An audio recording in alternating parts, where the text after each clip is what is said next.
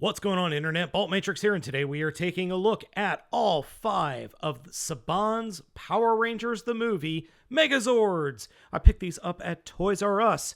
We've got the Tyrannosaurus Rex, the Triceratops, the Sabertooth Tiger, the Mastodon, and the Pterodactyl. We're going to be going ahead and looking at all of these and their accessories here in just a moment, but I want to let you guys know what the cost of all of these guys are. These 4, minus the Tyrannosaurus Rex, all cost $19.99, and the Tyrannosaurus is $39.99. And for a grand total, it comes to about $150 for the whole lot. Before we take a look at the Zords, let's look at the little figures that each Zord comes with. They come with these little individual Power Rangers, which is a nice touch and really does feel like a throwback to the original MMPR set from the Thunder Zords. Each figure is molded pretty well, however, getting these guys to stand is a nightmare and a half. The plastic is very, very malleable on these guys. They're not bad by any stretch, it's just very hard to do figures well at this size. And what I mean by at this size is, well, they're smaller than even a Titan Master vehicle. So they're about a quarter of the size bigger than a Titan Master, but as you can see, they're much more detailed and more human-like and less brick-like, so you're going to have some issues with the posability of a figure this size.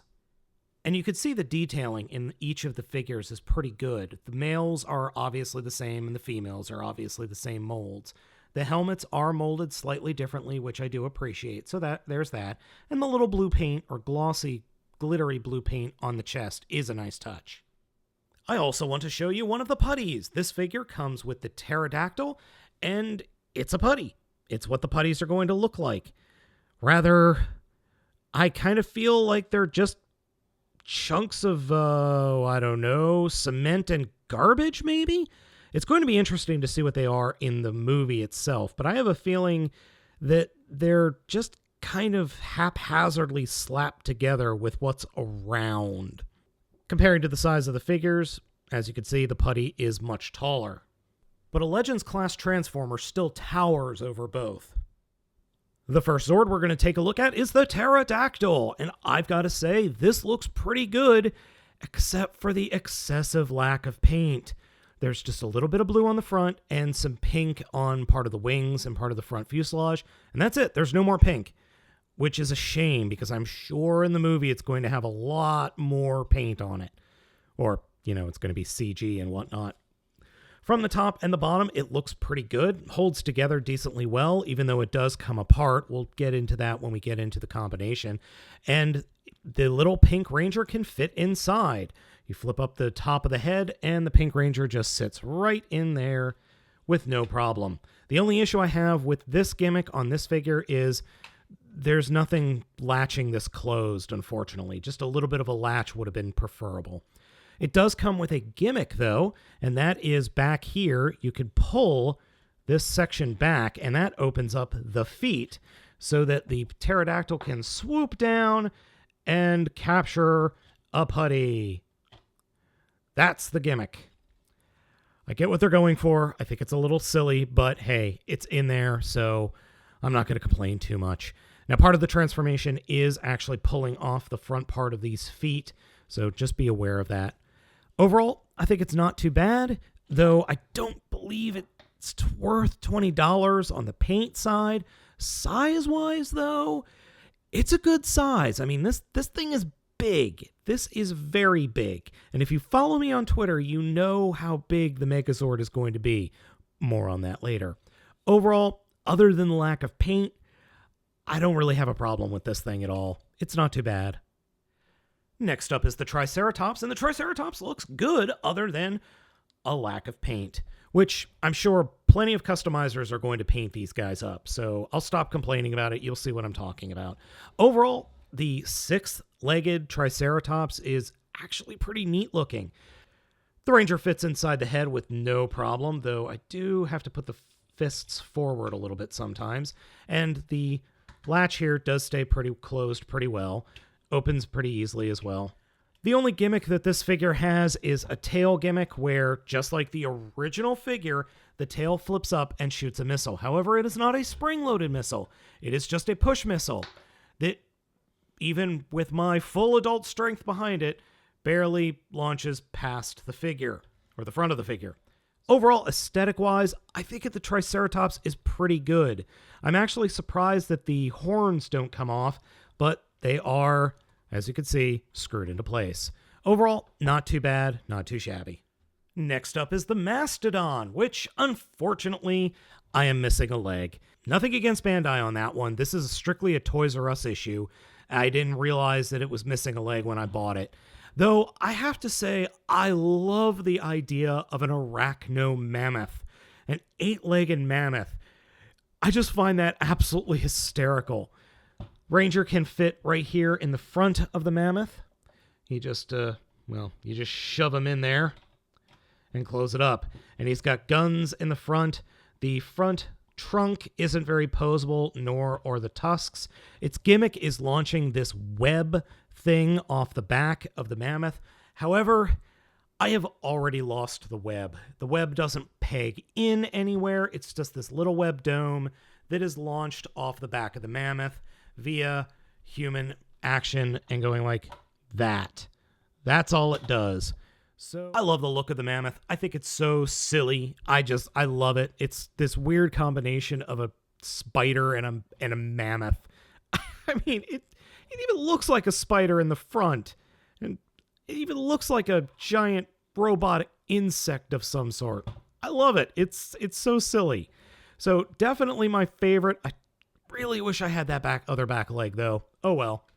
Next up is the Sabertooth Tiger. Now, this thing's a little weird because the poster has already been leaked for the movie, showing that the Yellow Ranger is actually going to be riding in the Sabertooth Tiger here in the head. That's not where the Ranger goes. The Ranger goes here, more by the hindquarters, and you just drop her in place, which is a shame. I would have liked to have had her up here, but maybe there wasn't enough room. The overall styling of it is pretty cool. Definitely kind of an alien-looking version of a cat.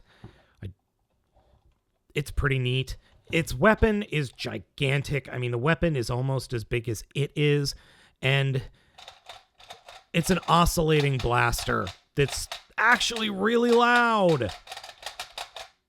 Overall, I like the design of the Sabertooth Tiger. I really do. It's my second favorite next to the Mastodon, easily. Last up is the Tyrannosaurus Rex, and this is by far my least favorite of the dinos. And that's because this is pretty much the only way you could pose it. This is it. But it could have been easily fixed if they had made these front claws posable. See, you should be able to pose it with the front claw kind of pointing forward and using the claw as a toe and then these rear claws as toes. So you can have it standing up as opposed to this weird xenomorph chest-bursting look to it. And that has to do with the design. I don't care for the design. I wish it had eyes, even though none of them do. The Red Ranger sits inside the mouth, which I think is absolutely silly, but I'm sure that's what it does in the movie. Well, don't know for sure, but we'll find out. Unfortunately, the mouth opens and closes pretty easily during the merge sequence, so you're going to drop a Power Ranger out of a xenomorph mouth. You just are. There are there are sounds that come out of the gun here up on top. I will save that for the combine mode. And the guns here on the chest are posable. I just wish you could stand the figure up. I mean, really stand it up, as opposed to having it lean forward on the entire bottom part of the legs like this. I really wish you could stand it up on its feet, like a Tyrannosaurus is meant to. Otherwise, it's fine. All right, guys, let's bring them together. First, rip off the wings. And then pull off the front part of the feet. And that's it. Put the main fuselage off to the side, put the wings off to the side. For the Triceratops, grab the head, pull it off. Grab the middle section here, flip it forward, snap it into place. Flip up the tail. Fold the rear legs back. Widen out the front legs, which do come off. Pop off this silver section. The silver section will peg in up top here. Then we could pull the rear legs off and turn them around and put them back on. And then we attach the head to this peg here.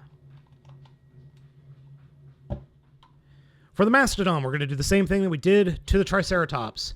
Pull off the head, pull off the webbing, web launcher, flip up this section, snap it into place, reach underneath, pull off this silver section, connect it to the top of the folded out section, flip the leg around, kind of peg it back into place, and then reverse the front legs. Then attach the head to the peg and turn it around and attach the launcher to these pegs back here.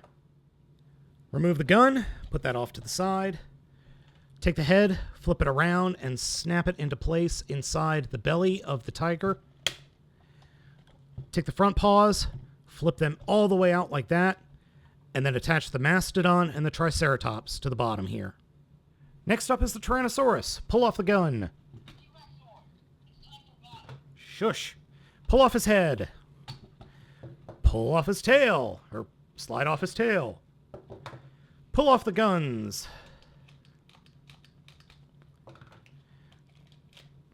And then remove his legs. Then reach underneath and pull off his head, or pull out his head, I should say, and put the head up where the gun was. And then attach the arms to either side where the pegs are. Now that we've got the top part of the torso combined, take the legs and snap the ratchets around to form the fists, and then come around to the back side and plug the Tyrannosaurus head into the back upper lower back of the figure like that. And then we're going to attach the top part of the torso to the rest of the figure. To attach the figure, we simply drop it into place, and then there are these pegs right here and right here on this side that will peg into these peg holes on the inside of Sabertooth Tiger's legs. That is actually pretty difficult to do. I actually had to hollow out one of the pegs myself in order to get them to connect. Now we're going to deal with the weapons and the wings. There are slots on the back of the T-Rex, here and here. That's where the wings will attach using these connector pins. But before that, we have to attach some guns to the wings. There's a little peg hole there. There's a peg on the back of the T-Rex guns. They connect like that. And then this whole section gets pegged into the back of the Megazord. And here we have the Megazord all armored up. I'll show you the weapons here in just a second. The overall look of the Megazord is absolutely great. I just wish it had more paint, but I really do like it, and I absolutely adore the new head. It is a nice homage to the original figure.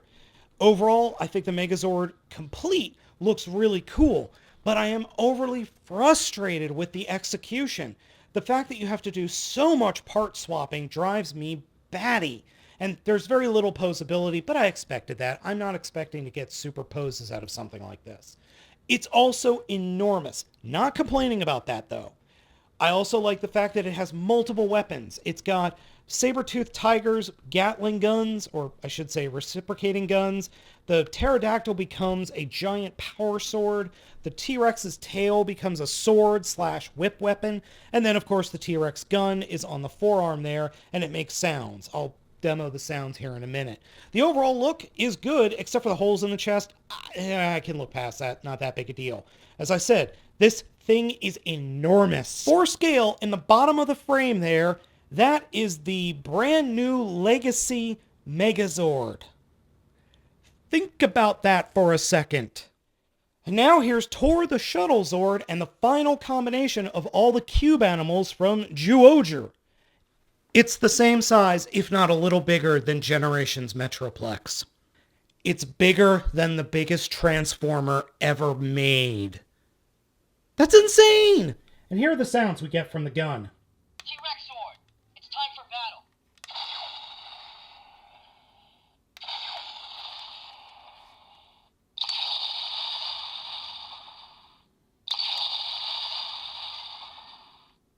One, two, three.